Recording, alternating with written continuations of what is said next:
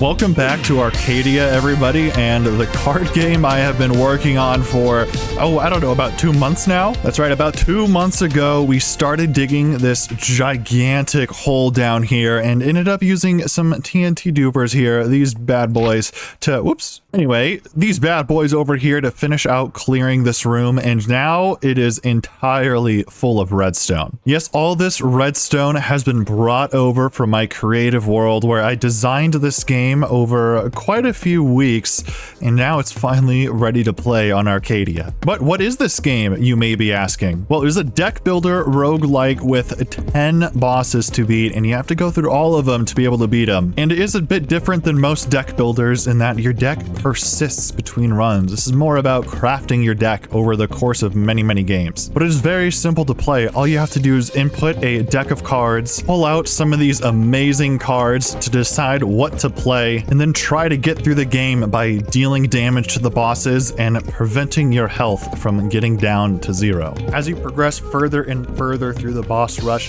they become more and more difficult with increasing health and increasing attack damage, but the rewards as you progress get better and better. Some of the unique rewards being cards, which you have a chance at rolling each time you beat a boss and all subsequent bosses. Additionally, you can get coins every time you manage to beat a boss, but there's only one problem. That problem being, I have ways to earn coins. Check it out, I've got 3 from testing, but I've got no way to spend them yet. And so I have a design I think will work, but I've got to dig a big hole inside this mountain and maybe take out some of this little bit of a skeleton here. But this is where our card shop is going to be, which is rather unfortunate because it would have been nice to have it over here by our game. The reason we can't have it by our game though is one simple reason, and that's each card has an individual call out, and this is the area where it's going to play for the very last card. So I definitely don't want to have people buying cards around here somewhere while someone else is playing the game and there's random noises coming through. That just doesn't make for a good experience for whoever is doing all that shopping, now does it? I'm gonna start digging out this hole. It is quite the big area we need to do.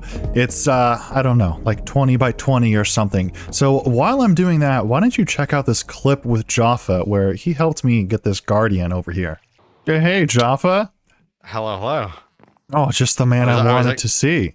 Yeah, I was actually hoping you were close by. I could do with you playing catch. Oh, this is for the guardian delivery. Oh yeah. So basically, I've got him in a boat on the roof, ready to send through. But obviously, you've got quite a big portal. So I'm thinking it's probably easier if we just try to get him in a minecart, and then we just roll him up. Okay, that'll make it easier, definitely. I think I have stuff down here for minecarts. Hold on, let me go check. I'm thinking just like this will work, and then when you shove him through, it will, hopefully he will flop his way over into one of these. Hopefully, yes. Or it's going to be a disaster. I guess we'll find out. Yeah. I guess we will find out. He's a bouncy boy. I'm sure this guy's fun to move. He's trying to give. Oh, perfect! Oh, look at that! Hey, buddy. Is he in?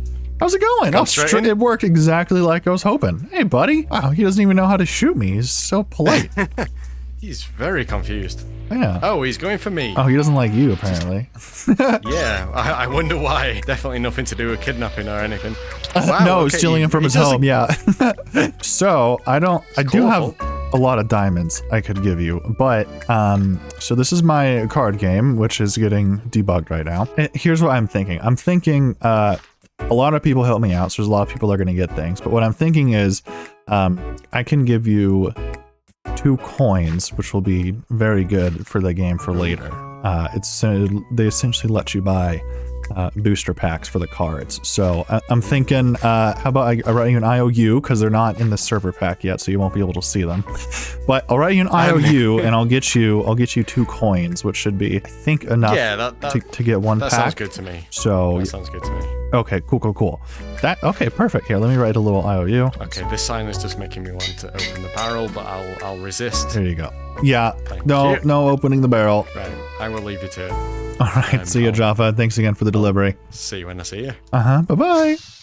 Huge shout outs from Jaffa there helping me get the Guardian. That would have been such a pain to do all by myself. It is very, very helpful to have that done. But as you can see, a lot of the redstone here is done and ready to go. Decoration is still pending, but look at that. We've got all the cards in too. Oh, I'm so excited. So let me go ahead and show you how to do this. This is just the input chest. You need to put in at least 3 coins, but let's put in these 5 placeholder coins, and then eventually this will open up.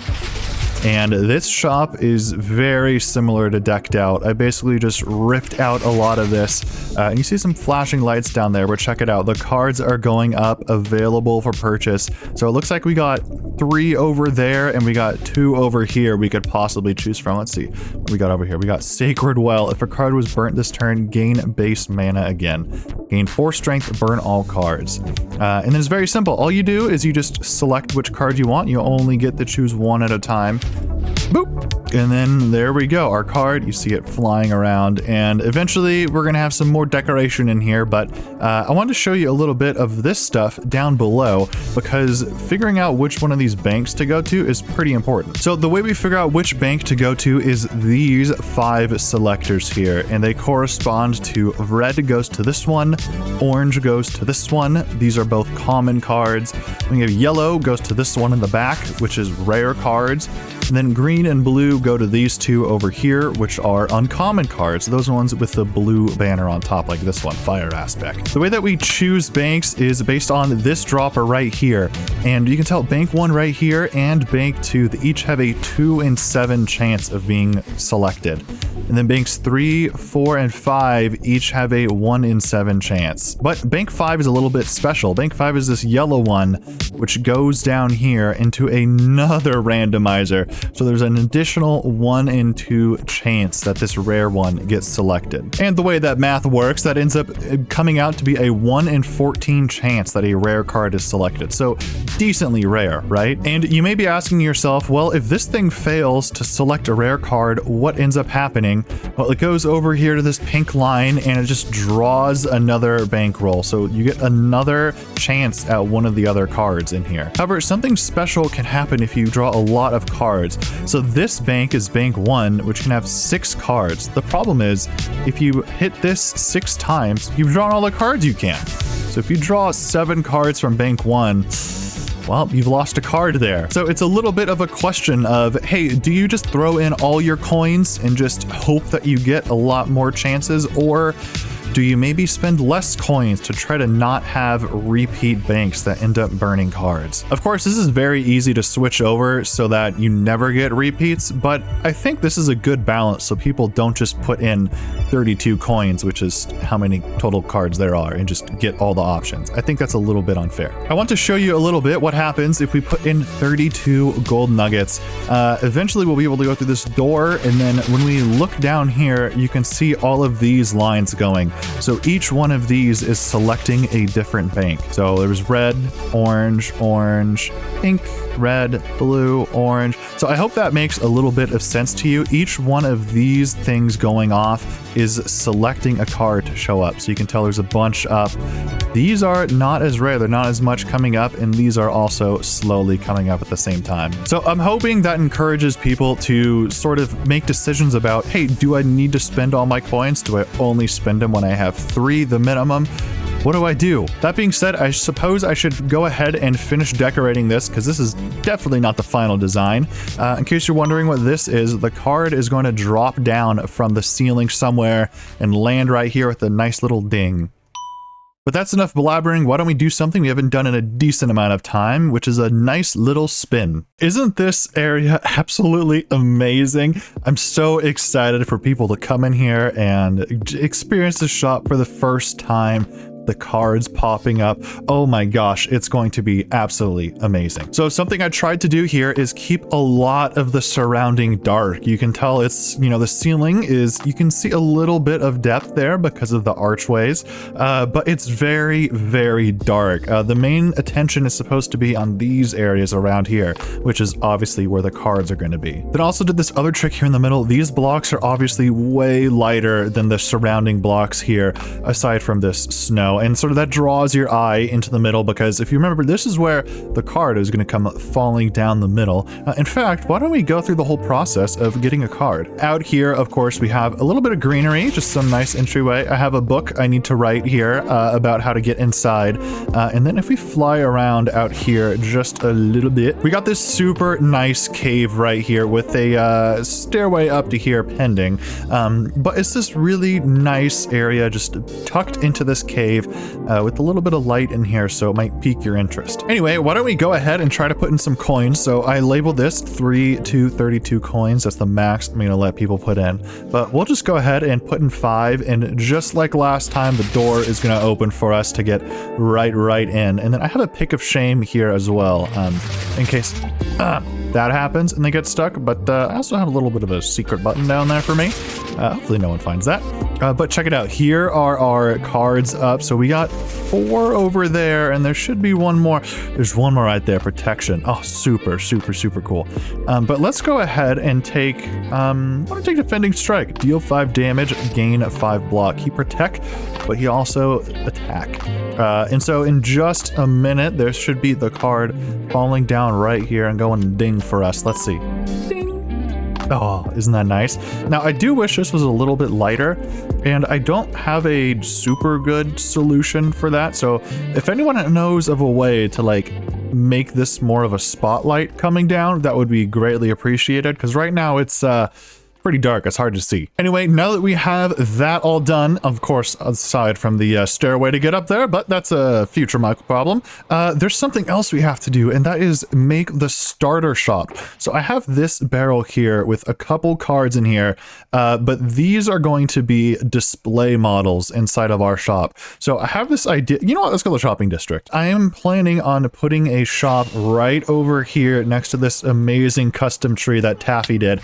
And so the idea is you're going to walk down here, and then this white wool is me. There's going to be a nice path out here over this way. But on top of this little hill, I'm going to have the card shop right here. Or card shop. Card shop. Hashtag excited. I wonder who did that. Anyway, this area over here, I'm struggling with what to do to design for the shop, because we have Taffy's amazing lush thingy over here, and this is sort of like the more fantasy area. There's obviously Triss's mushroom, the bees, these things over here, and I'm struggling because it'd be nice to do a little like cabin or made of mossy build or something like that, but the game is all icy and dark and, you know, blackstone and deep slate and all that sort of stuff. So I gotta figure it out is what I'm saying here. But anyway, I think I'm just rambling at this point. Let me go knock my 2 brain cells together and create it for a little bit.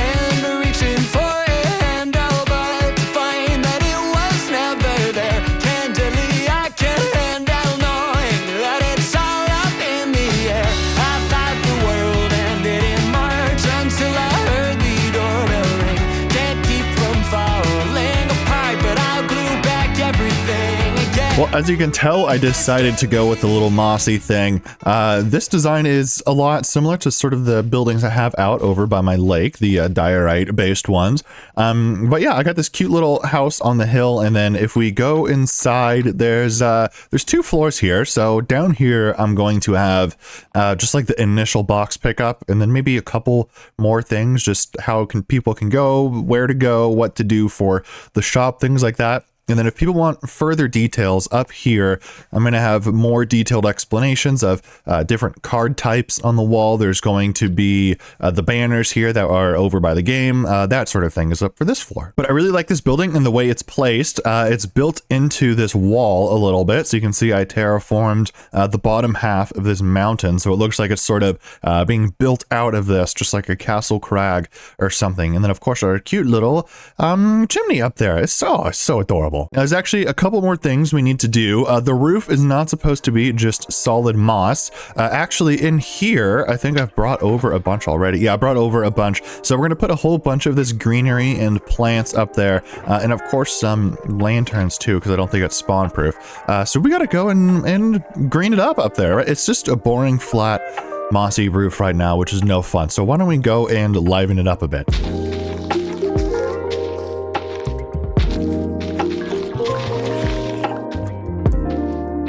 think something like that is what I'm looking for, where the roof just pops out a little bit more. It's not as flat as it used to be with just the moss there. We've got a little bit of pop of color here, right? And when I do flowers, I always try to put them sort of in groups, right? So you can tell there's a bunch of pitcher pots over there. We got some lily of the valley, and then here we got a whole bunch of blue orchids over here on this side. And of course, it's no different on the other side of the build too, right? The same sort of idea where you have these groups of plants together, like a whole bunch of pitcher plants, some torch flowers, and some blue orchids and lily of the valley over there. And it really helps just, you know, group things together, because if you look at flowers in real life, right, they're sort of patchy. You'll have patches of wild poppies or seeds or whatever. I've made a bit of progress on the interior here. You can tell we're doing some armor stands, but I got two books here. I've got a readme book, which is basically just a bunch of explanations about how to do things, where things are, but they can press this button and look at that, boom. This is their starter deck of cards with the two stacks that I talked about, attack, defend, and then their little rule book here that they'll be able to get. And then upstairs we have a little bit more. We have this. I locked these item frames so you can kind of see them through the trapdoors, which I think is pretty cool. But yeah, you can flip them down and just see the different cards, see what they do. So just put one of each type here. So we have common card, uncommon card, rare card, and then the only cursed card in the game right now, Creeping Terror, right there. Bad card to have in your deck. And then also over here, a little display to talk about what the banners do: player block, mana, player strength, and this doesn't need to be up here. And then yeah, not much. That's just all that's up here. But what I wanted to do now was set up a little bit of a display here. I wanted, even though this isn't how the game works, I wanted to have like two people here playing the game against each other. So I have to get an outfit for this person, and I have a good idea. There's a new shop that just came out right over here. So there's an axolotl shop here that Zunti made, and you can buy axolotls. Look at that, the blue rare ones, which I am interested in, but I'm more interested in these. Look at this, 20 diamonds each for these axolotl costumes, and they're all glowy with the shaders, and they look really nice. I've been told with a high degree of confidence that these are crocheted axolotl masks, so no axolotls were harmed here. But I think we're gonna buy two. I think I'll buy this blue one, this color right here, and then maybe this one right here. I think I'll buy these two. So let's go ahead, 20 diamonds each. That's 40 diamonds. And then what do I do? Do I just take these? Maybe, you know what? Anyway, those are mine now. Thank you very much, Zinti. That will be very helpful. Armor stand work is done, and I added a little bit of extra stuff, so check it out. We got some maps up here. This is the play area with some banners on it, and as you can tell, the path up to here is still, I'm still procrastinating on that one. But look, we got Korn and Kaimadar over here playing a game of Frostwind Fury, even though, like I mentioned, this is not exactly the way that you play it, but, you know, it is what it is. And then also over here, I have the little decal. This is what comes on top of shulker boxes. Actually here, but look at that. But this is what comes on top of shulker boxes. So if people have shulker plus, they'll be able to see that get displayed right there just for them. I do believe that is where we are going to call it for today, though. I've got a whole lot done. The game is finally almost ready. We got both shops, and we got all the mobs moved in. There's still a couple more things to do, but oh my god, next episode's finally the time, everybody. I do hope you are excited to see the game get revealed to everybody next episode. Like I mentioned, there's a couple things for me to do. I got some audio to do, some other things, but I can do that a little bit off camera. So if you're looking forward to the grand reveal of the game to everybody, be sure to subscribe, give the video a like. It does help a lot. And I do hope to catch y'all back next episode, where I might be playing the first rounds of the game the very first time with somebody brand new. Let's see. Anyway, until then, goodbye, everybody.